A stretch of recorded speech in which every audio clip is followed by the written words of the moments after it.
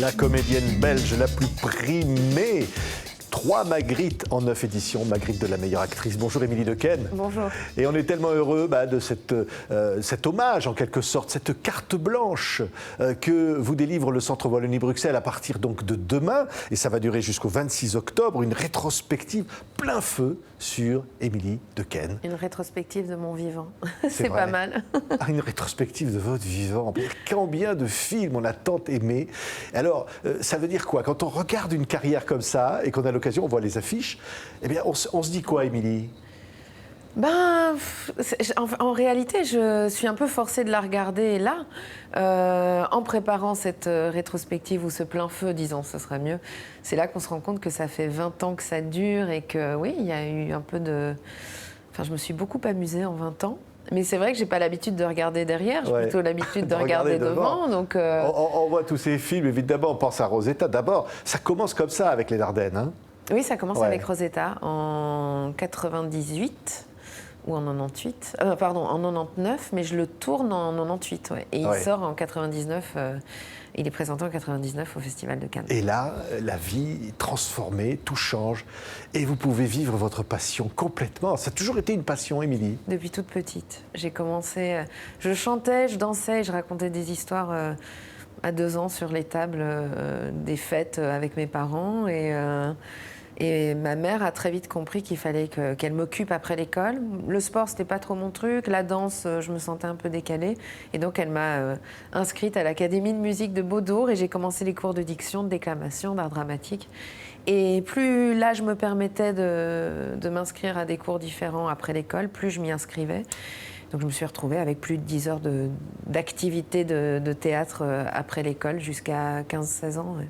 Oui, et après, voilà, les Dardennes vous découvrent. Grâce à un casting sauvage. Ouais. Casting sauvage. Oui, en fait, ils avaient publié une annonce, tout simplement, et c'est ma tante qui a lu cette annonce, qui m'a appelée. J'étais en dernière année, je préparais le bac. J'étais en réto, comme on dit chez nous en Belgique. Et là, mes parents se sont dit, bon, allez, tu as le droit maintenant d'essayer de jouer la comédie. Et voilà, j'ai tenté et ça a marché tout de suite. Quelle histoire, plein feu sur Émilie Dequesne. Regardez ces images, il ne faut pas louper ça, ça va être vraiment un événement au Centre Wallonie-Bruxelles. Le bonheur pour le public de vous trouver. Regardez les images. Je suis pas la fille des magazines. Moi je suis la fille sur le toit, la fille au petit pois. Quand sonne minuit, je m'imagine danser dans tes bras ou danser dans tes bras. Even if I stole, even if I stole. Cette merveilleuse carrière égrenée, Émilie, on voyait les affiches là, et puis on entendait Alice on the Roof, parce que elle va faire un concert, elle va faire un concert, et puis elle aura une rencontre avec votre auteur préféré. Avec Philippe Chainada, qui est un auteur et un ami. En fait, j'ai découvert la personne avant de découvrir l'auteur. Et voilà, j'ai un rapport très, très affectif avec son écriture. Rien que quand on s'échange un email, rien que de recevoir un email de lui, je me régale de le lire, rien qu'en échanges normaux. Alors voilà. Incroyable, incroyable. Ouais. Alors, vos films, évidemment, on va voir un extrait dans quelques instants de Aimer à perdre la raison, mais au fond, c'est aussi les films que vous aimez, que vous avez envie de partager dans cette... Oui, en fait, j'ai eu la chance de pouvoir programmer 4 films de mon choix. Un de mes films de chevet, qui est Au nom du père de Jim Sheridan et que je n'ai jamais vu au cinéma. Voilà, parce que je l'ai découvert en cassette à l'époque. Ouais. Donc je vais me faire un plaisir de le voir au Centre Wallonie-Bruxelles. Requiem for a Dream, qui est un film que j'adore et que voilà, je me ferai un plaisir de revoir à nouveau. La période plus inattendue, Freddy, chapitre 1, vous adorez Les Griffes de la nuit. Les Griffes de la nuit, c'est le premier film d'horreur que j'ai vu, j'avais 8 ans. Ça a été un choc et évidemment ça non plus, je ne l'ai jamais vu au cinéma. Ce sera suivi suivi de La colline à des yeux. Alors, on fait ça pendant les vacances de la c'est terrible, Toussaint. La colline à des yeux, ça fiche la trouille. Hein. Oui, c'est monstrueux. C'est monstrueux. C'est bien un soir de fin octobre. Ah oui, comme ça, vous non? aimez les films d'horreur. J'adore ça. Ah, c'est vrai. Vous n'avez pas encore joué complètement, vous aimeriez... J'ai joué La Meute. J'ai joué La Meute Ouais. avec Yolande Moreau et Benjamin Biolay, qu'on a tourné en Belgique. Et en plus de le tourner en Belgique, on l'a tourné dans ma région, là où je suis née. Donc c'était formidable, mais c'était très très dur parce qu'on tournait énormément de nuit et il faisait très très froid. Mais c'était très amusant à faire. Et non, le film de genre, c'est ce qui me plaît. Les films de zombies, Oui. les films d'horreur, les films un peu décalés. J'ai Ah ouais. toujours aimé ça. Avis hein, au réalisateur. À Joachim Lafosse, tiens, on va peut-être lui donner l'idée du prochain film. Il vous a fait tourner À perdre la raison. Regardez comme c'était beau. C'est plus possible, on est les uns sur les autres, ça va pas. On pourrait partir, trouver autre chose. J'enseigne pour toi depuis 20 ans, tu me remercies comme ça?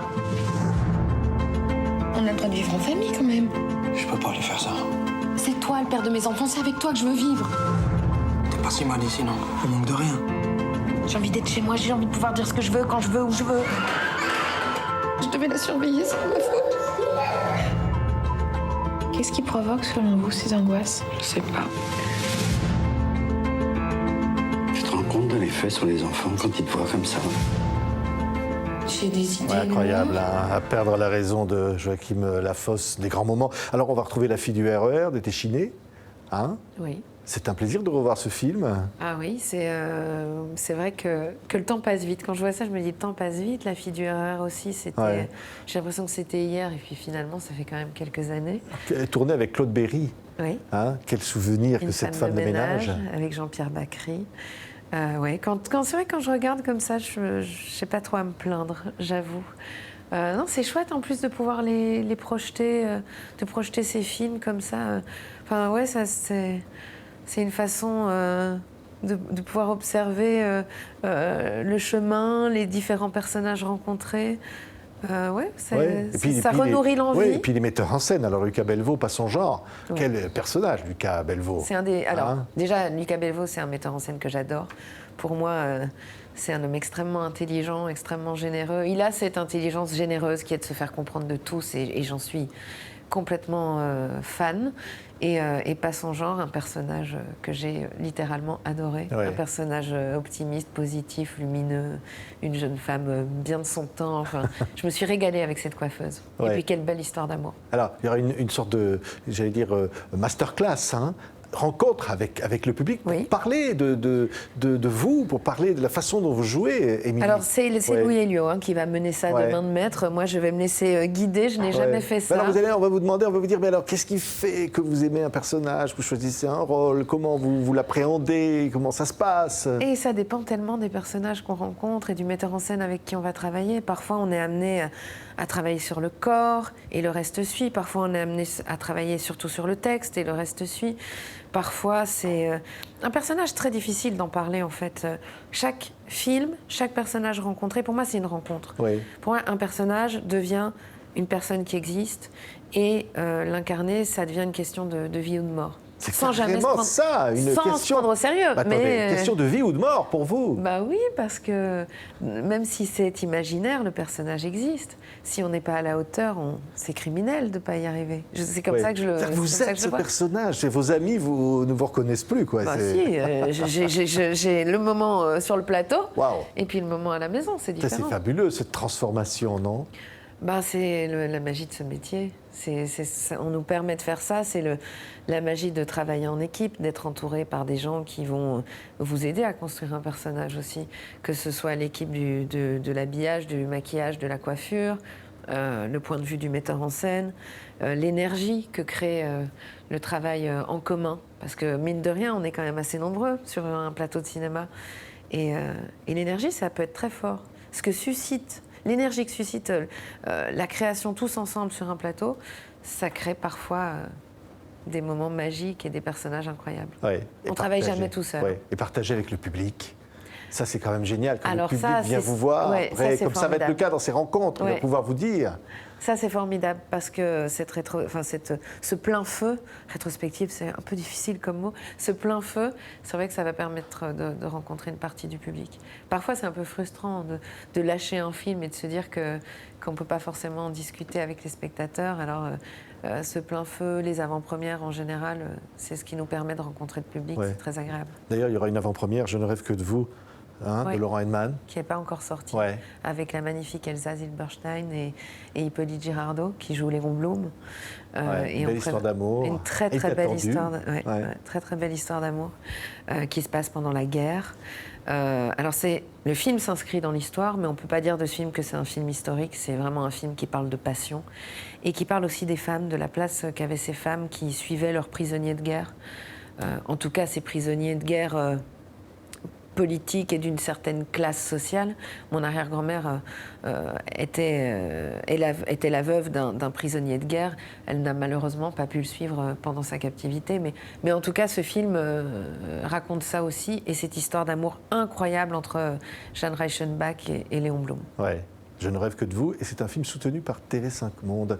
Comme on soutient évidemment cette belle opération plein feu sur Émilie Dequesne, ne manquez pas, à partir de demain jusqu'au 26, des rencontres, des films, du bonheur de vous voir de près, en vrai, Émilie Dequesne avec ce public au Centre Wallonie-Bruxelles de Paris. Merci beaucoup, Émilie, merci à vous d'avoir été notre invitée. À très bientôt.